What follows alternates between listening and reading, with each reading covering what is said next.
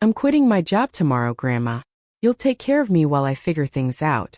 I stared at the text message from my granddaughter, Chelsea, my coffee cup frozen halfway to my lips as the audacity of her words sank in. 8 months of temporary had just become permanent servitude at the whim of a 26-year-old who'd never heard the word no in her privileged life. Where are you watching from today? Drop your location in the comments below and hit that like and subscribe button. Let me backtrack and tell you how I became the free hotel for my cheating granddaughter. It started innocently enough, as these things always do.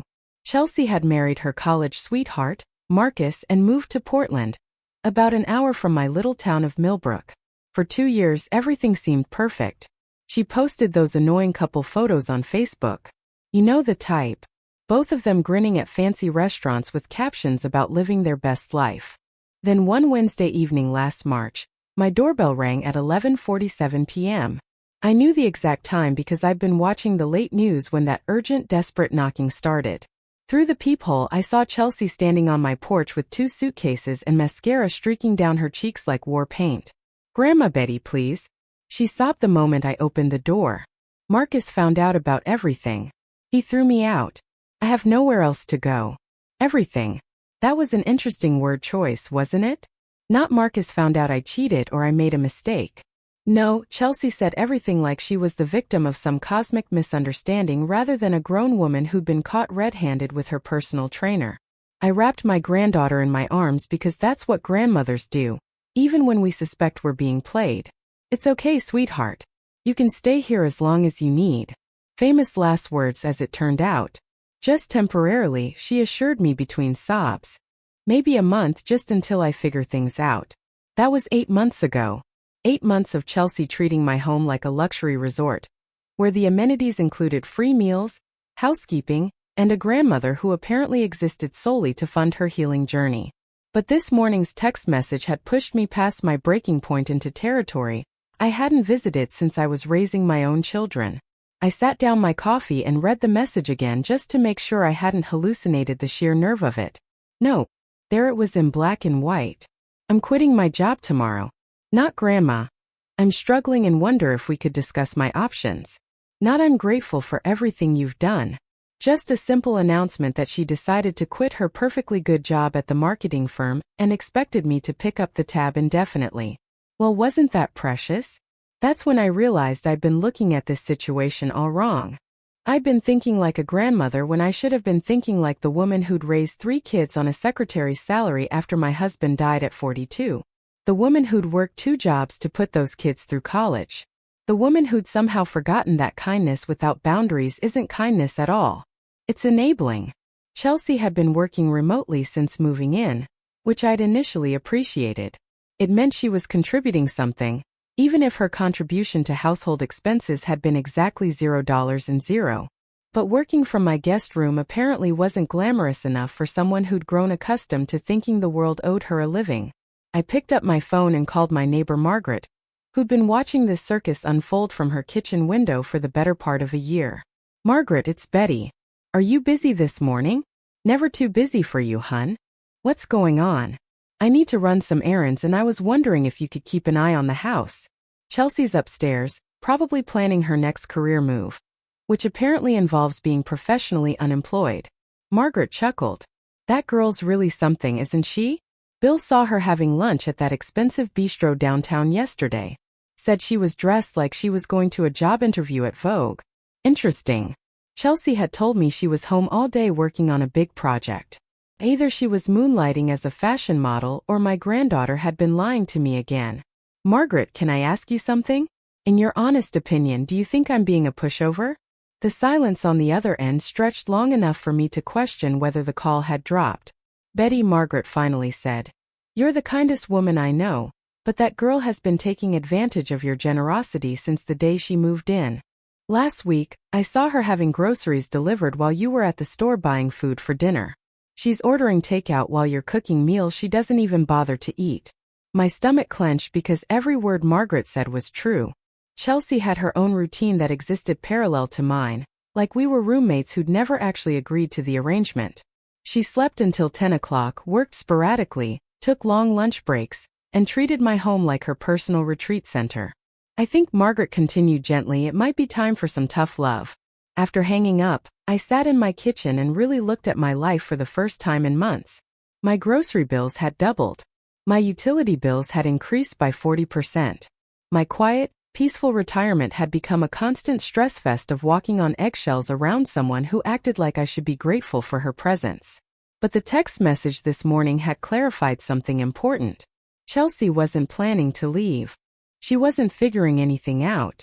She was settling in for a permanent vacation funded by her grandmother's Social Security and retirement savings. That afternoon I made 3 phone calls that would change everything. The first was to my friend Dorothy, who worked at the employment office downtown. Dorothy, I need a favor. I need to know what kinds of jobs are available for someone with marketing experience. Planning a career change at 73, Betty? Dorothy laughed. Not for me, for my granddaughter. The one who's been living with me. Oh, the pretty blonde. Funny thing about her. She came in here about 3 months ago. Said she'd been laid off from her job and filed for benefits. But then last month my friend Helen, who works at that marketing firm downtown, mentioned they were having trouble with an employee who kept calling in sick. Same girl, same name. Seems like she was working while collecting unemployment. The ground shifted under my feet. Chelsea had filed for unemployment benefits while still employed, told me she was working full-time, and somehow managed to keep collecting benefits even after getting a new position. Dorothy, that's fraud, isn't it? Sure is, hun. Big time. My second call was to my lawyer, a sharp woman named Patricia, who'd handled my husband's estate years ago. Patricia, I need to ask about something. If someone is living in my house and receiving mail here, does that establish any kind of legal tendency? Betty, what's going on? I explained the situation in broad strokes. Patricia listened without interrupting, which is why I'd always liked her. In Oregon, she said finally, someone who's lived in a property for more than 30 days with the owner's permission is considered a tenant, even without a lease. But given that this is family and there's no written agreement, you have options. The key is documentation and following proper procedures. What kind of procedures? Have you asked her to leave? No, I hadn't thought it would be necessary. That's step 1. A clear documented request with a reasonable timeline. My third phone call was to my bank. Mrs. Henderson, this is Betty Carson. I need to make some changes to my account access. That evening, Chelsea came downstairs for dinner, wearing one of those athleisure outfits that cost more than my monthly phone bill. She'd done her hair and makeup like she was going somewhere special, not like someone who'd supposedly been working from home all day. Smells good, Grandma, she said, settling into what had become her chair at my kitchen table. I served the pot roast I'd been making since before she was born, the same recipe that had fed her father when he was her age and working construction to put himself through night school. Chelsea, I said, sitting down across from her. We need to talk. Something in my tone must have registered because she looked up from her phone for the first time in weeks. Is everything okay? That depends. I got your text this morning about quitting your job. She brightened immediately. Oh good. I was hoping we could discuss that. See, I've been doing a lot of thinking about my life path, and I've realized that traditional employment just isn't aligned with my authentic self. I need time to explore my passions, maybe start a wellness blog or get into life coaching. But that requires an investment period where I'll need support while I build my brand. I blinked at her. Your authentic self? Exactly. I can't be my best self when I'm trapped in corporate capitalism. I need freedom to discover who I'm meant to be. Oh honey, you have no idea who you're about to discover I'm meant to be. And who exactly did you think would fund this journey of self-discovery? I asked, cutting a piece of pot roast with perhaps more force than necessary. Chelsea waved her forkily. Well, I figured we could work something out. I mean, you're retired. You're not really using all your money and I'm family. Plus, think of it as an investment in my future. The audacity was breathtaking. Was really my retirement money was a modest pension and Social Security that barely covered my own expenses before Chelsea had moved in and tripled my costs. But in her mind, I was apparently sitting on some vast fortune just waiting to subsidize her quarter-life crisis. Chelsea, sweetheart, let me make sure I understand this correctly. You want to quit your job? The job that provides your health insurance and income so you can start a wellness blog. And you expect me to pay for your living expenses while you figure out if blogging is profitable? When you put it like that, it sounds bad, she said, her lower lip jutting out in the same pout that had worked on her grandfather when she was 6. But I'm not asking you to support me forever. Just until I get established. How long is until you get established? Chelsea shifted uncomfortably. I don't know, a year, maybe 2. These things take time, Grandma. You can't rush authentic growth. A year, maybe 2. I was supposed to fund a grown woman's extended adolescence for potentially 2 years while she discovered her authentic self on my dime. And what makes you think I can afford to support 2 people on my retirement income? Come on, Grandma. This house is paid off and it's not like you have expensive hobbies. Plus, Dad's always said you're really good with money, right? Because being good with money when you're 73 means you have unlimited funds to waste on other people's fantasy careers. Not that you've spent decades being careful and frugal, so you don't become a burden on your family in your old age. Chelsea, I need you to listen to me very carefully. I cannot and will not support you while you quit your job to start a blog. Her face went through several interesting expressions. Confusion first, as if she couldn't process the concept of hearing no, then hurt. The practice-wounded look she perfected as a teenager. Finally, anger, which was at least honest. Grandma, I can't believe you're being so selfish.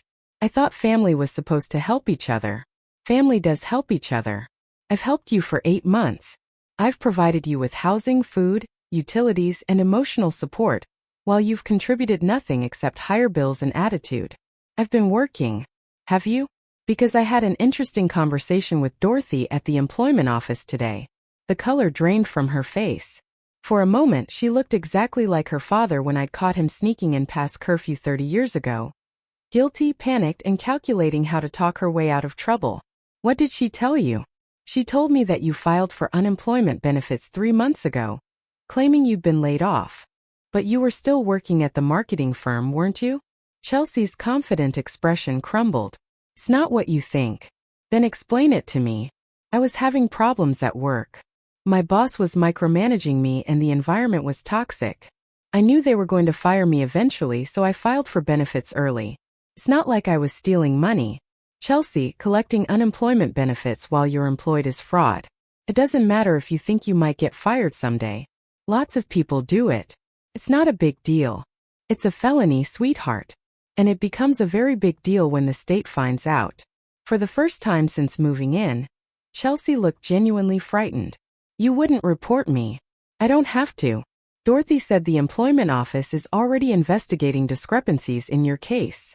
Chelsea stared at me for a long moment and I could see her trying to figure out if there was any angle left to work. Grandma, please. I made a mistake, but I can fix it. I'll pay back the money.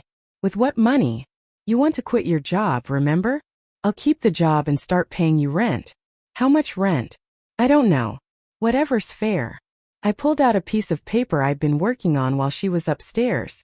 I calculated your fair share of household expenses since you moved in. Food, utilities, increased insurance costs, wear and tear on the house.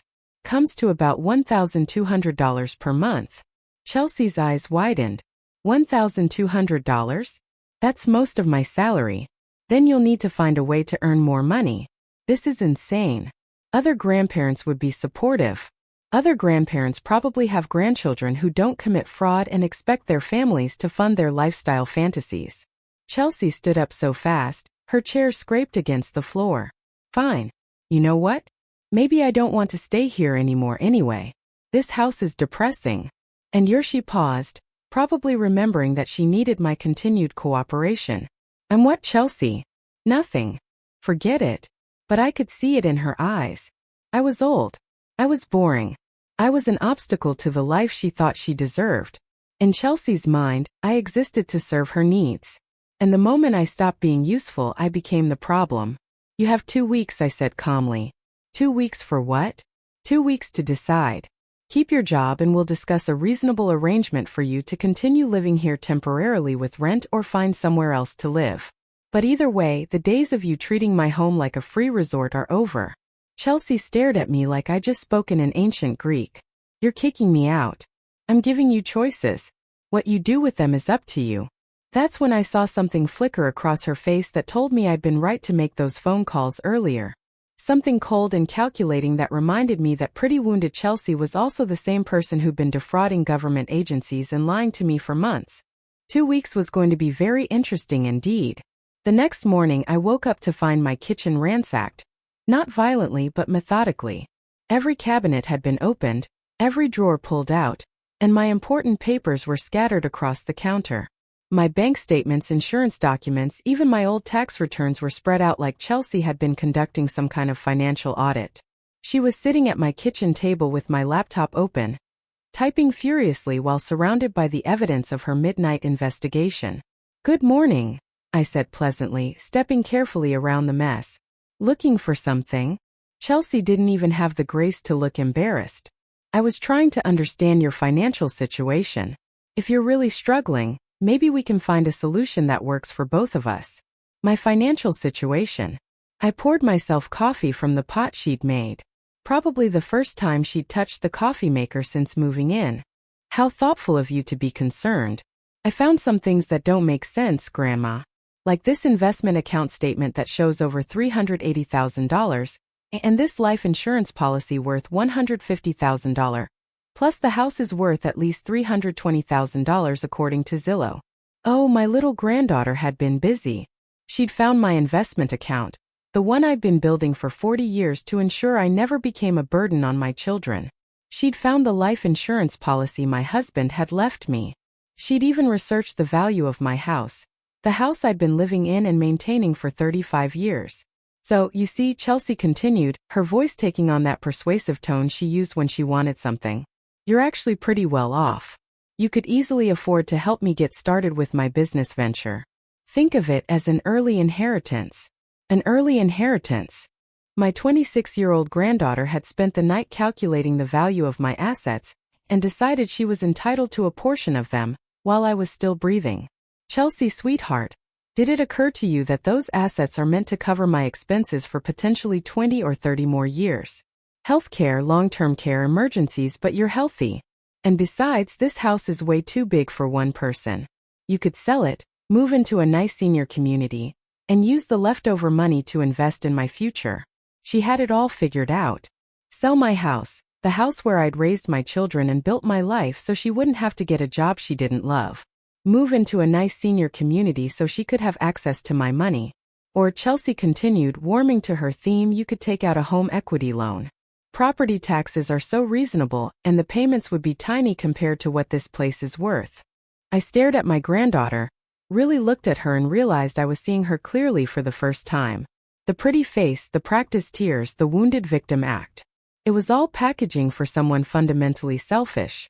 Someone who'd spent the night going through my private financial documents so she could figure out how to get her hands on my life savings.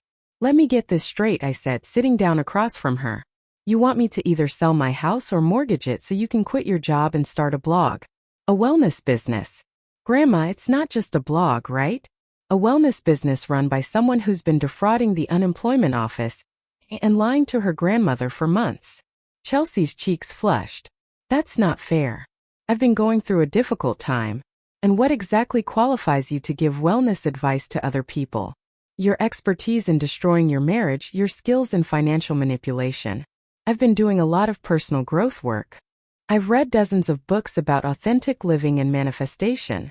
And I have a really strong social media presence. Personal growth work."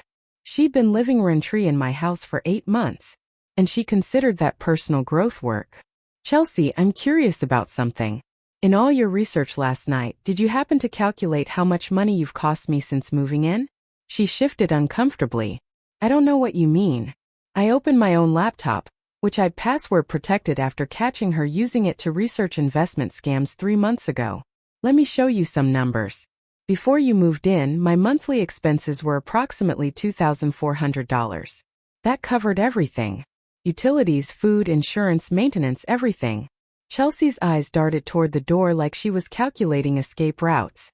"Since you moved in 8 months ago, my average monthly expenses have been $3,600. That's an additional $1,200 per month or $9,600 total. Plus, there was that little incident with my credit card that you used for your shopping spree in Portland. I paid that back. You paid back $180 of the $650 you charged. The other $470 is still on my statement. I was going to pay you back when I got my next unemployment check. With money you're receiving fraudulently while employed. Chelsea's face cycled through her usual emotions. Confusion, hurt, anger, and finally calculation. I could practically see her trying to figure out how to spin this in her favor. Grandma, I think you're being really unfair. Yes, maybe I made some mistakes, but that doesn't mean you should just abandon me. I'm family. I'm your only granddaughter and you're 26 years old with a college degree and employment experience. You're perfectly capable of supporting yourself. But I don't want to just survive, Grandma. I want to thrive. I want to build something meaningful.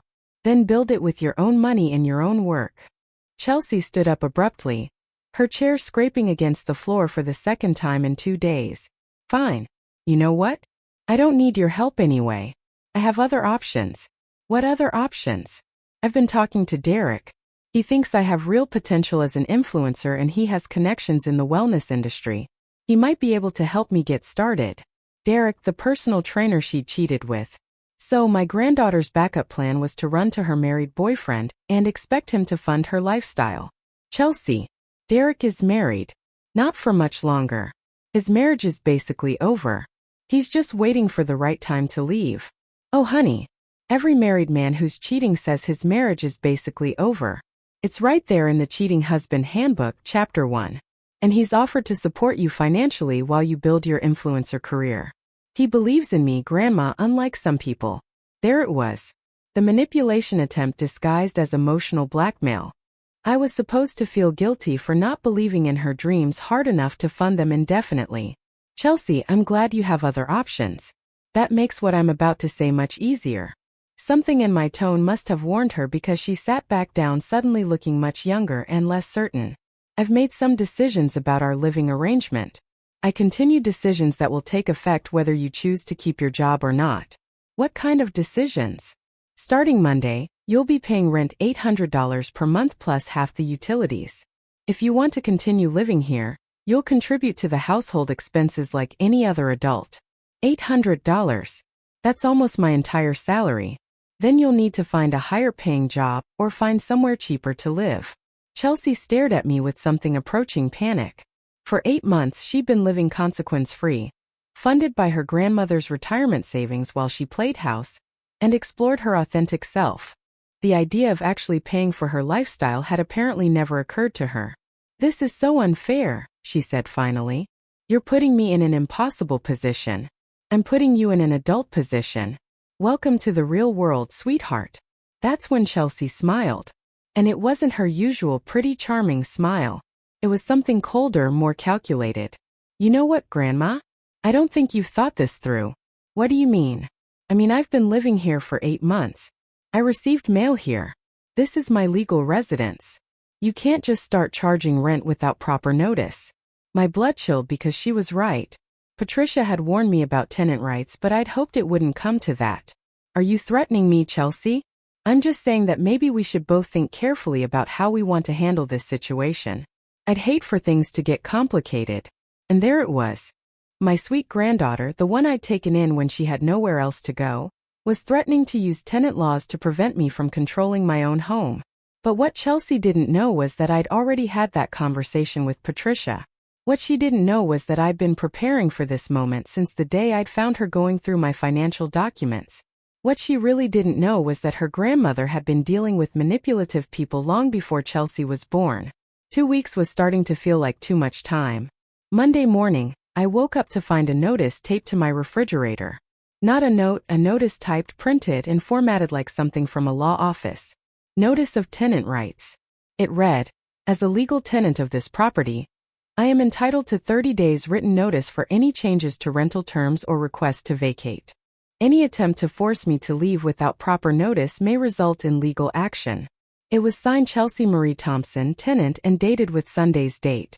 My granddaughter had spent her Sunday evening researching tenant law and typing up legal threats to post in my kitchen. I made my coffee and read the notice again. The sheer audacity was almost admirable. In less than 48 hours, Chelsea had gone from sweet wounded granddaughter to amateur legal scholar threatening her own grandmother with lawsuits.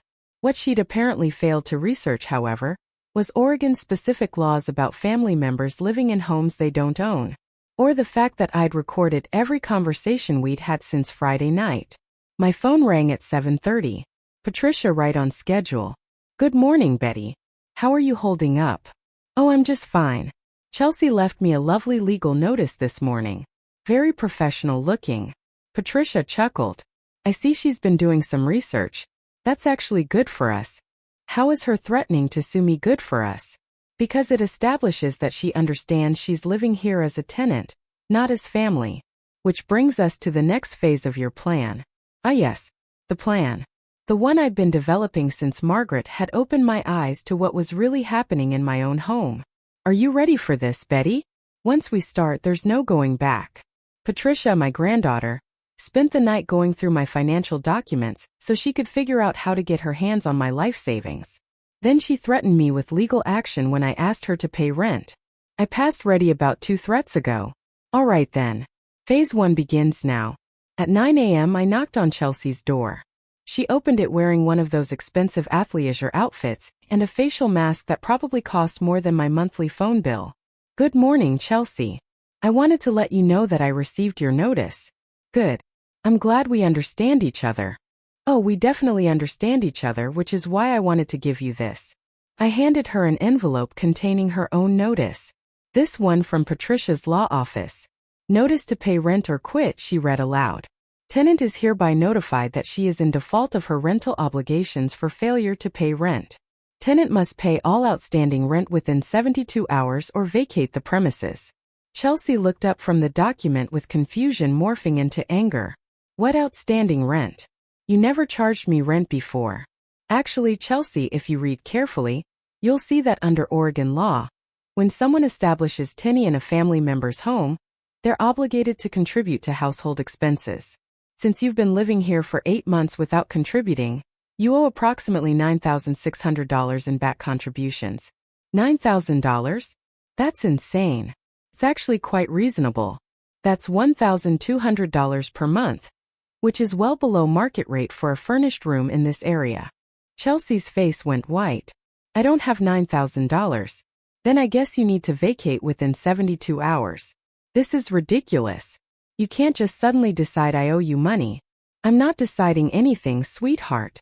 I'm following proper legal procedures exactly as you requested. You wanted to be treated as a legal tenant. Tenants pay rent. Chelsea crumpled the notice in her fist. This is some kind of scam. You're trying to manipulate me into leaving. I'm following proper legal procedures exactly as you requested. You wanted to be treated as a legal tenant. Tenants pay rent. Chelsea slammed her door hard enough to rattle the windows. Within minutes, I could hear her on the phone, her voice rising as she tried to find someone who would tell her she was being treated unfairly. An hour later, she emerged looking defeated. I called 2 lawyers, she said. They both said you have the right to charge rent. How surprising. But Grandma, I really don't have $9,000. I've been living on my salary, and most of that went to personal expenses. Personal expenses like the shopping trips, the expensive lunches, the skincare products that cost more than my groceries. Then you have 72 hours to vacate. Chelsea's eyes filled with tears. The real ones this time, I thought. Please, Grandma. I know I made mistakes, but I'm still your granddaughter. Family is supposed to help family. Family does help family, Chelsea. I helped you for 8 months, but families also respect each other and they contribute to the household instead of treating it like a free hotel. What if I got serious about paying rent going forward? What if I promised to make this work? That would be a good start, but you'd still owe the back rent. Could we work out a payment plan? I pretended to consider this. What kind of payment plan did you have in mind? I could pay maybe $300 a month until it's paid off. $300 a month would take you 32 months to pay off $9,600. That's nearly 3 years, Chelsea. Well, what would be reasonable? Full payment within 30 days, or you find somewhere else to live. Chelsea stared at me for a long moment, and I could see her calculating whether tears or anger would be more effective. You know what, Grandma? Fine. I'll leave. But don't expect me to come running back when you're old and sick, and need someone to take care of you. The threat was supposed to devastate me. I think the idea that I'd be old and alone, abandoned by the granddaughter I'd refused to enable. Instead, I felt something like relief. Chelsea, sweetheart, I'm already old. And if this week has taught me anything, it's that I'd rather be alone than be manipulated. You'll regret this. When Derek and I get our life together and become successful, you'll regret not believing in me. Derek, whose wife had just discovered the affair. Derek, who couldn't help her because his marriage was imploding. Derek, who was apparently going to leave his family and build an empire with my unemployed granddaughter. I'm sure I'll find a way to cope with the regret. Chelsea turned and stomped back upstairs. No doubt to call Derek and explain that her mean grandmother was forcing her to find somewhere else to live. That evening, Margaret came over for tea and moral support. How are you holding up, hun? Better than I expected. It's amazing how much lighter you feel once you stop carrying someone else's problems. Any word from the boyfriend? Chelsea's been on the phone all afternoon. I think she's discovering that Derek's availability is more limited now that his wife knows about them. Margaret sipped her tea thoughtfully. What do you think she'll do? I think she'll try one more manipulation attempt. When that doesn't work, she'll probably leave in a dramatic fashion and try to make me feel guilty about it. And if she does, I smiled at my friend. Margaret, I spent 40 years dealing with difficult people in customer service. Chelsea is good, but she's not that good. But I was wrong about one thing. Chelsea wasn't planning to leave dramatically. She was planning something much more calculated. Wednesday morning, I woke up to my doorbell ringing at 6:15 a.m. Through the window, I saw a police car in my driveway and 2 uniformed officers on my porch. My stomach dropped because whatever Chelsea had planned, it involved law enforcement. Mrs. Carson, I'm Officer Martinez. This is Officer Thompson. We received a call about a welfare check. A welfare check? Your granddaughter called us last night. She's concerned about your mental state and your ability to care for yourself safely. I stared at them for a moment, processing the sheer audacity of what Chelsea had done. She'd called the police and reported me as mentally incompetent. Officers, would you like to come in? I think there's been some kind of misunderstanding. Officer Martinez looked relieved. I suppose when you're doing welfare checks on elderly people, it's always a good sign when they answer the door coherently dressed and invite you in for coffee. Ma'am, your granddaughter was quite upset when she called. She said you've been acting erratically, making unreasonable demands, and she was worried you might be experiencing some kind of cognitive decline. What kind of unreasonable demands? She said you suddenly started charging her rent after letting her live here for free, and that you'd threatened to evict her for no reason. Officer Thompson was looking around my kitchen, which was clean and organized. The breakfast dishes were washed and put away. The coffee was fresh. Everything was exactly as it should be in the home of someone with full mental capacity. Officers, would you like to see the documentation from this situation? I showed them Chelsea's legal notice about tenant rights. I showed them my notice about back rent. I showed them my bank statements documenting the increased expenses since Chelsea had moved in. Your granddaughter didn't mention that she'd been living here for 8 months without paying rent, Officer Martinez observed. She also didn't mention that she's been collecting unemployment benefits while working, I added. The officers exchanged glances. Ma'am, that sounds like benefits fraud. I believe it is. I have documentation of that as well if you need to see it. Officer Thompson cleared his throat. Mrs. Carson, your granddaughter also mentioned that you've been going through her personal belongings and making threats. That's interesting since the only person who's been going through personal belongings is Chelsea. She searched my financial documents without permission and used that information to pressure me into funding her lifestyle. I showed them the photos I'd taken of my papers scattered across the kitchen counter Monday morning. Did you give her permission to access these documents? Absolutely not.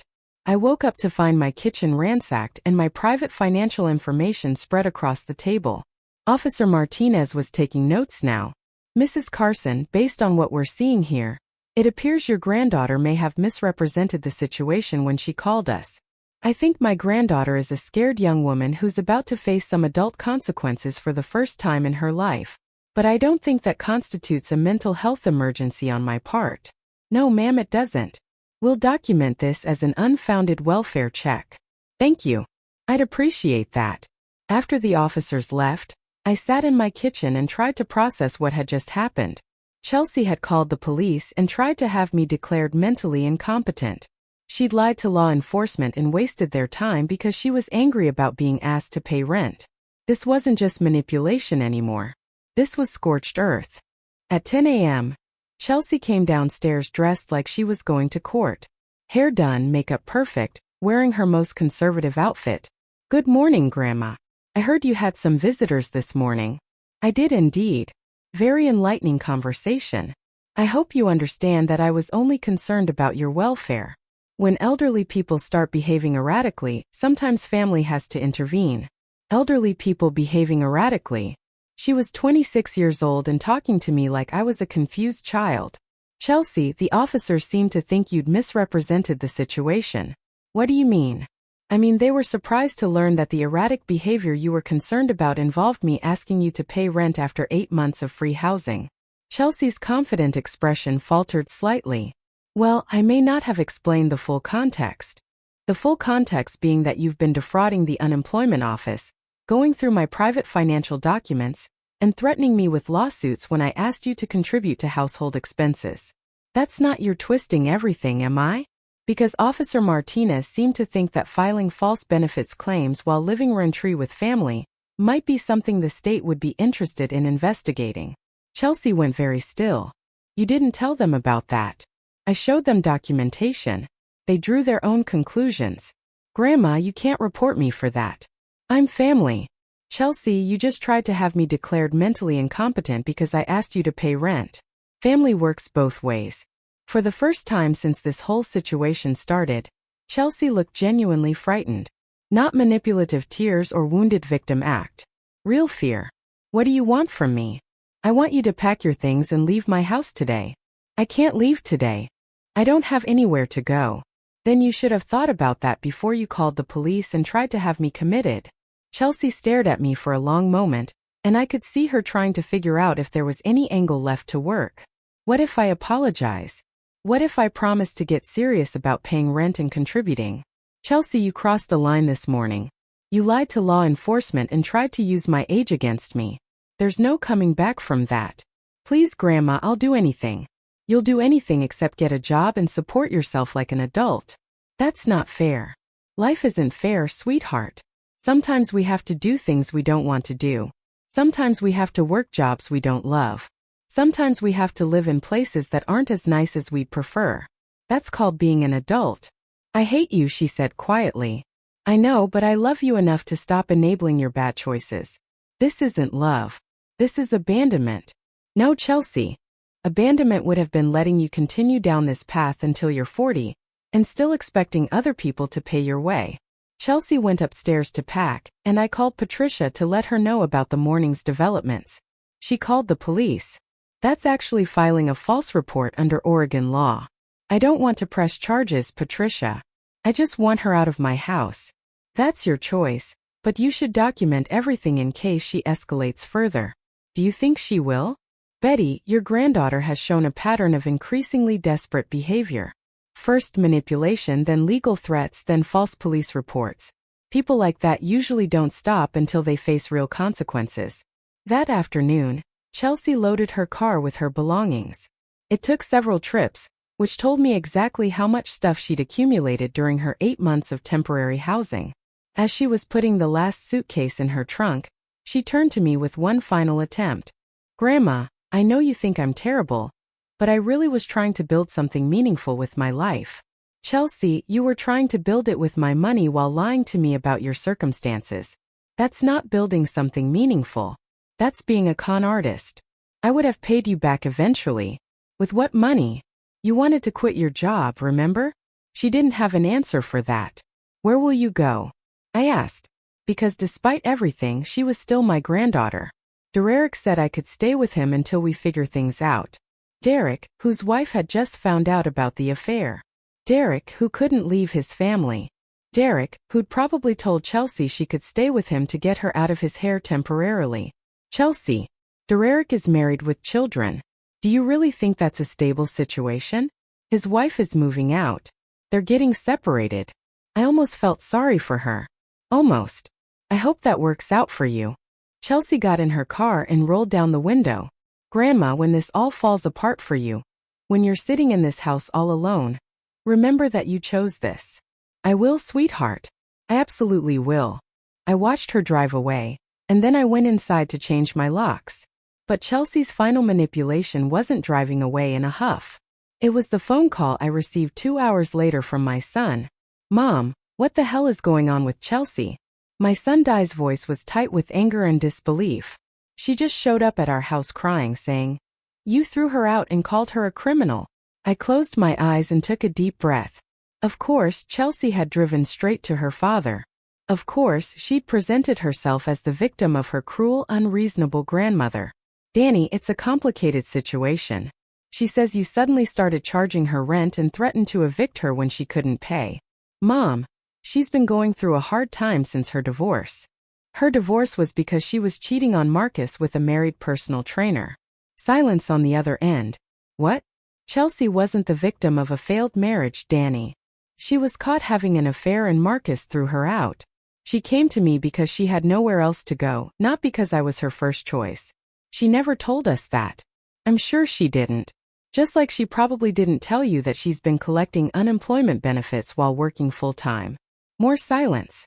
I could almost hear my son processing this information and realizing how much his daughter had lied to all of us. Mom, even if that's true, she's still family. We don't just throw family out on the street. Danny, I didn't throw her out on the street. I asked her to contribute to household expenses after 8 months of free housing. When she refused and threatened me with legal action, I gave her proper notice. She threatened you? She researched tenant law and left me legal notices claiming I couldn't change the terms of her living arrangement. She also went through my private financial documents without permission and used that information to pressure me into funding her lifestyle indefinitely. Jesus, Mom. I had no idea. There's more. This morning, she called the police and reported me as mentally incompetent because I asked her to pay rent. She what? She told the officers I was behaving erratically and couldn't care for myself. She tried to use my age against me to avoid being held accountable for her choices. The silence stretched long enough that I wondered if the call had dropped. Danny, are you still there? I'm here. I'm just processing. Chelsea is upstairs right now telling Linda that you've lost your mind and you're being cruel to her for no reason. What do you think? I think my daughter has been lying to everyone, and I think I owe you an apology. Relief flooded through me. I'd been terrified that Chelsea's manipulation would work on her parents the same way it had worked on me for 8 months. You don't owe me an apology, Danny. You believed your daughter. That's what good parents do. Good parents also teach their children to be responsible adults. Apparently Linda and I failed at that. Chelsea is 26 years old. She's responsible for her own choices now. Mom, can I ask you something? How long has this been going on? I told him everything. The increased expenses, the unemployment fraud, the credit card charges, the financial research, the legal threats, all of it. $9,600. Danny's voice was incredulous. She cost you $9,600 in 8 months. Actually, it was closer to $10,000 when you include the credit card charges she never paid back. And she wanted you to continue supporting her indefinitely. She wanted me to sell my house or take out a home equity loan, so she could quit her job and start a wellness blog. A wellness blog? Di's voice was flat. My daughter, who's never held a job for more than 2 years and just destroyed her marriage through infidelity, wants to give other people wellness advice. That appears to be the plan. Mom, I am so sorry. Linda and I had no idea how bad things had gotten. Danny, you couldn't have known. Chelsea was very careful to present different versions of the truth to different people. What do you need me to do right now? Nothing. I just need you to know that my decision wasn't made lightly or out of cruelty. And Chelsea, what should we do about Chelsea? I thought about this carefully. Danny and Linda were good people who were dealing with their own financial pressures. They didn't need their adult daughter moving back home and creating more problems. That's between you and Linda and Chelsea. But Danny, whatever you decide, make sure you're making the decision based on what's best for everyone involved, not just what Chelsea wants. She can't stay here long-term, Mom. We're already struggling.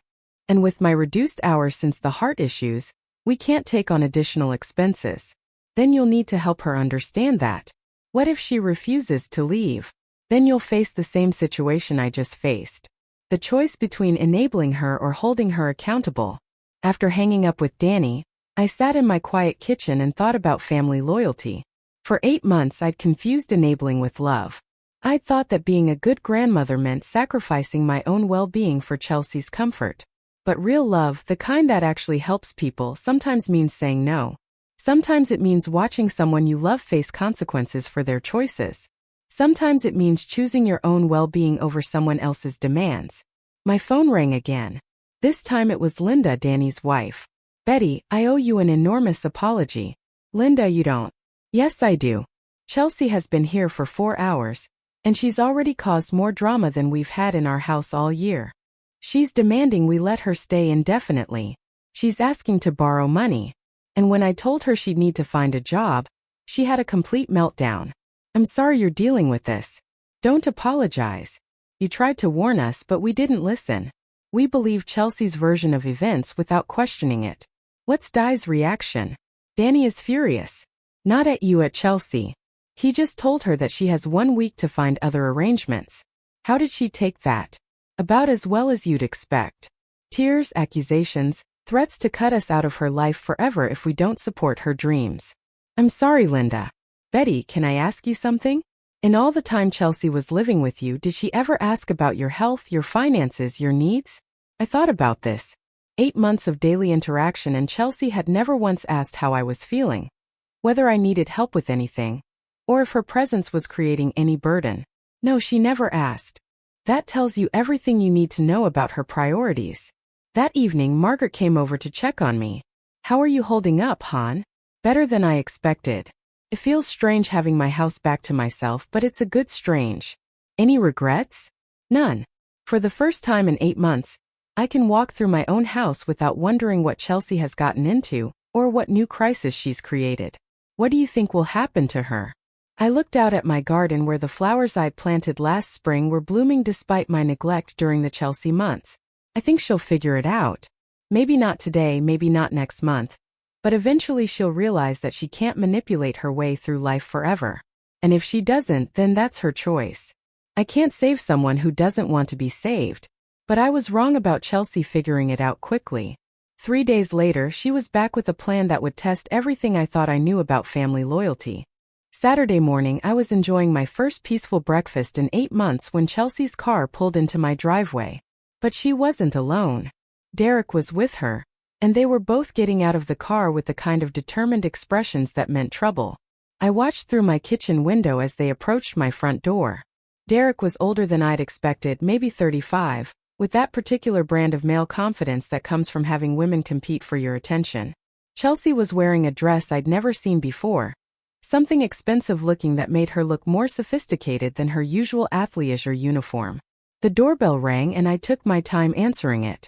Hello, Chelsea. Derek, Grandma, we need to talk. Chelsea's voice was different, more assured, less desperate. This is Derek Morrison, my business partner. Business partner.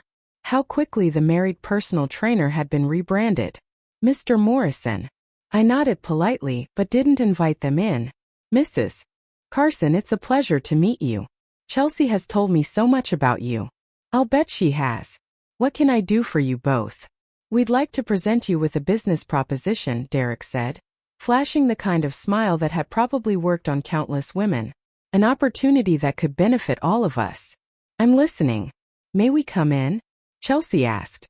This is going to take a few minutes to explain properly.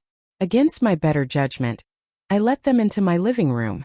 Derek looked around with the calculating eye of someone appraising property values while Chelsea settled onto my sofa like she still lived here. Grandma, Derek and I have been working on something amazing. A wellness retreat center that combines fitness, nutrition, and spiritual healing. We found the perfect opportunity, and we have investors interested. How nice for you. Derek leaned forward earnestly. Mrs. Carson, what we need is a small bridge loan to secure our startup costs, while our main financing comes through. Just temporary funding to show good faith to our investors. And how much is this bridge loan? $50,000. Chelsea said quickly. But it's completely secured, and you'd earn 8% interest annually. $50,000. They wanted me to loan them $50,000 for a wellness retreat run by a woman who'd been unemployed for weeks, and a man who'd been cheating on his wife. That's an interesting proposal. Tell me about this business plan.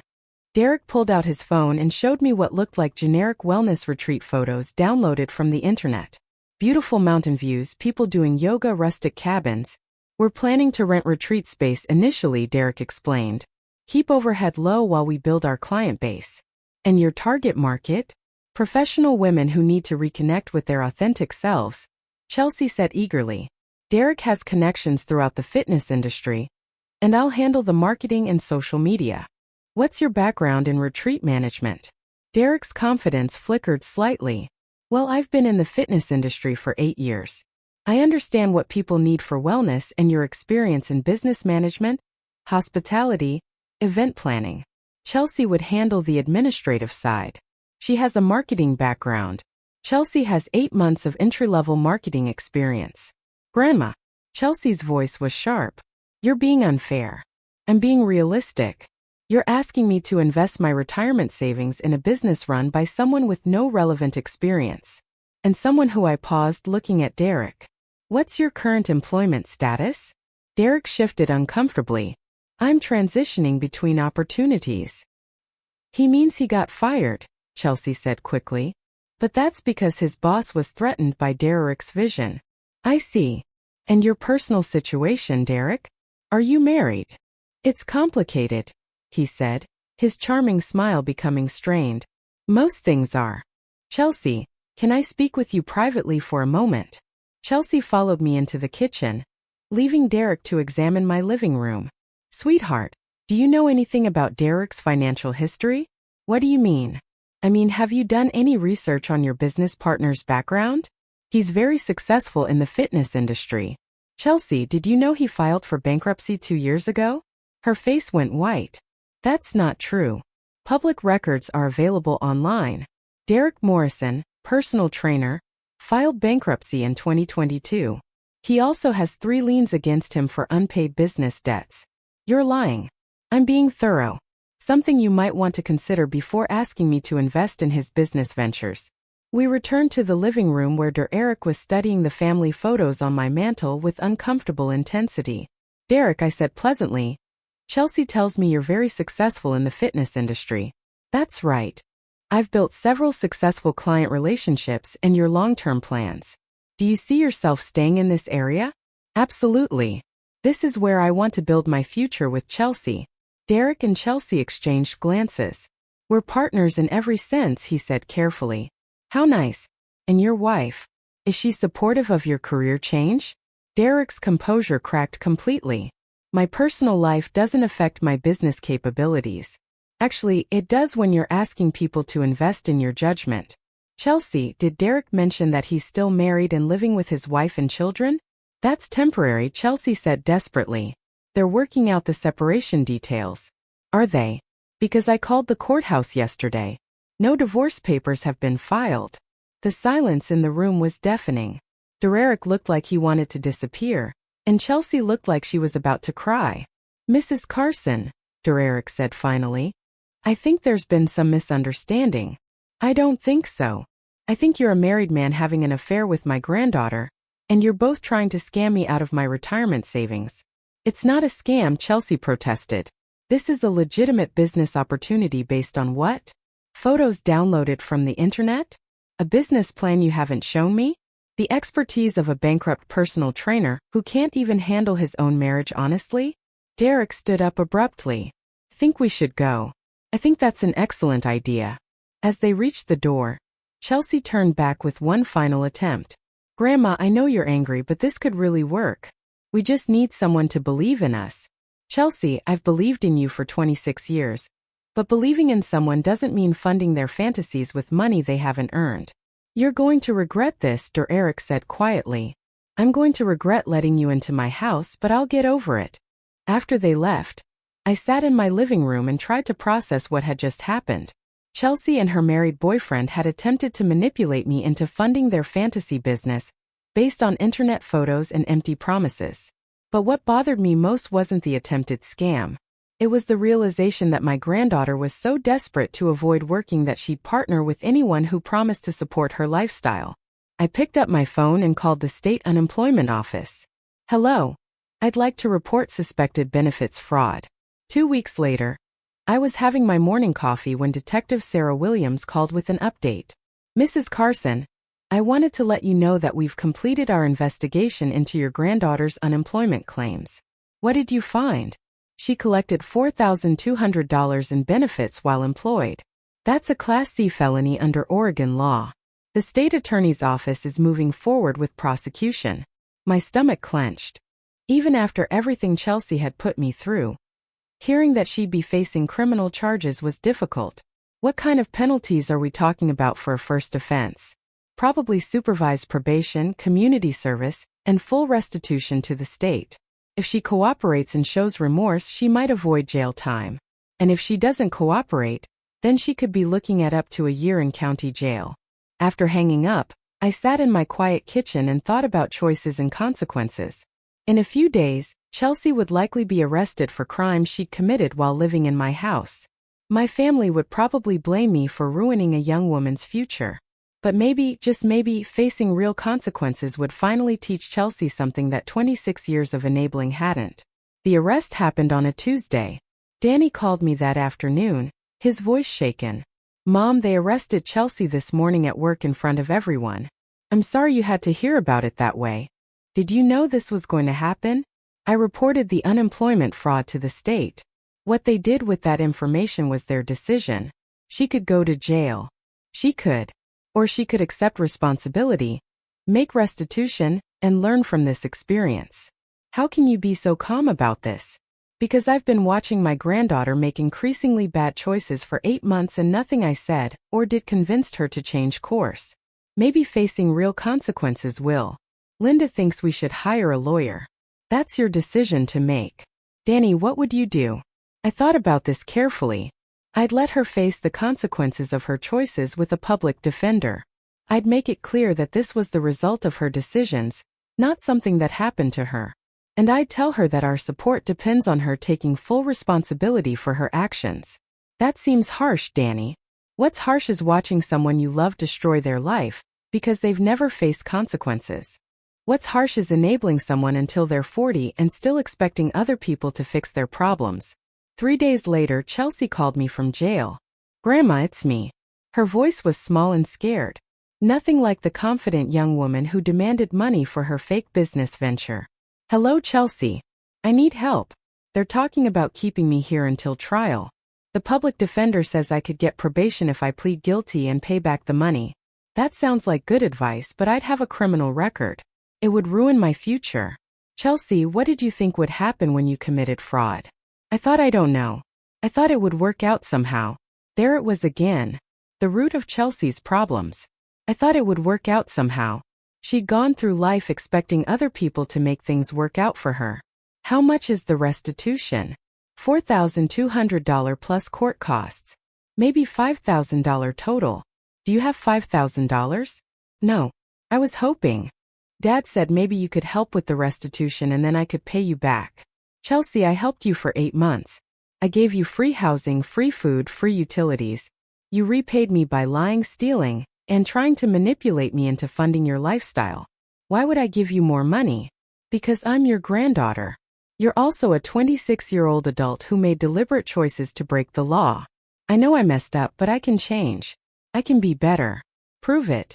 How can I prove it if I'm stuck in jail? By taking responsibility for your actions instead of asking other people to rescue you from them? The line went quiet for so long. I thought she'd hung up. So, you're just going to let me have a criminal record? I'm going to let you experience the natural consequences of your choices. I hate you, she said finally. I know, but someday when you're a responsible adult who handles her own problems, you might understand that this was the most loving thing I could do. 6 weeks later, Chelsea pleaded guilty to unemployment fraud. She was sentenced to 2 years supervised probation, 200 hours of community service, and full restitution to the state. The family fracture was everything I'd feared. Danny and Linda blamed me for their daughter's criminal record. They stopped calling, stopped visiting, stopped including me in family events. But 9 months into Chelsea's probation, I received a letter that made everything worthwhile. Dear Grandma, it began. I know you probably don't want to hear from me, and I understand why. I've had a lot of time to think about what happened, and I finally understand some things I was too selfish to see before. The letter went on for 2 pages. Chelsea wrote about the community service she was doing at a literacy center, teaching adults to read. She wrote about the parenting classes she was taking as part of her probation requirements. She wrote about the part-time job she'd found at a non-profit organization. I realized that I'd never faced real consequences for anything in my life. She wrote, "Whenever I messed up, someone always fixed it for me or helped me avoid dealing with the results. I thought that was love, but I understand now that it was actually preventing me from growing up." She wrote about Derek, who had moved out of state after his wife filed for divorce and took the children. "I thought he was going to save me and make all my dreams come true," Chelsea wrote. "But he was just another person running from his responsibilities like I was. We were perfect for each other in all the worst ways." The letter ended with something I'd never heard from Chelsea before. A genuine apology. "I'm sorry for lying to you, stealing from you, and treating you like a bank instead of like a person who deserved respect. I'm sorry for threatening you and trying to manipulate you. Most of all, I'm sorry for taking advantage of your love and kindness for so long." She included a photo of herself at the literacy center helping an elderly man sound out words in a children's book. She looked tired but genuinely happy. "I don't expect you to forgive me," she wrote, "but I wanted you to know that everything you tried to teach me about responsibility and consequences finally sank in. It just took a criminal record for me to stop running from the truth." Today, 18 months after Chelsea's sentencing, she lives in a small apartment across town and works full-time coordinating volunteer programs for the literacy center. She pays her own rent, buys her own food, and handles her own problems. We have lunch once a month, carefully rebuilding a relationship based on mutual respect instead of manipulation. She's never asked me for money, never hinted that she needs help, never suggested that I owe her anything because we're family. Danny and Linda eventually came around too, though it took time. They realized that enabling Chelsea hadn't helped her, and that sometimes the most loving thing a family can do is refuse to participate in someone's self-destruction. Last week, Chelsea brought me a small potted plant for my birthday. "I wanted to get you something that would grow," she said. "Something that would remind you that good things can come from difficult decisions." As I sit in my kitchen now, watching that plant thrive in the morning sunlight, I think about the difference between love and enabling. Real love sometimes means saying no. It means watching someone you care about face consequences you can't fix for them. It means understanding that carrying someone else's problems doesn't help them learn to walk on their own. My granddaughter learned to be independent the hard way, but she learned. And our relationship is stronger now because it's built on honesty instead of manipulation. Sometimes the kindest thing a grandmother can do is refuse to carry someone who's perfectly capable of carrying themselves. And that's exactly what I did. Thanks for listening. Don't forget to subscribe and feel free to share your story in the comments. Your voice matters. Music.